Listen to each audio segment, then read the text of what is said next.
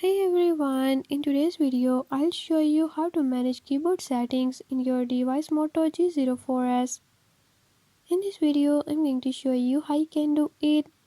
But before we get started, don't forget to hit the subscribe button and ring the notification bell.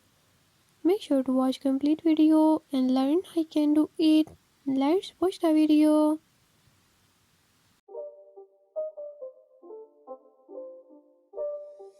It's not a game, it's a rich thing.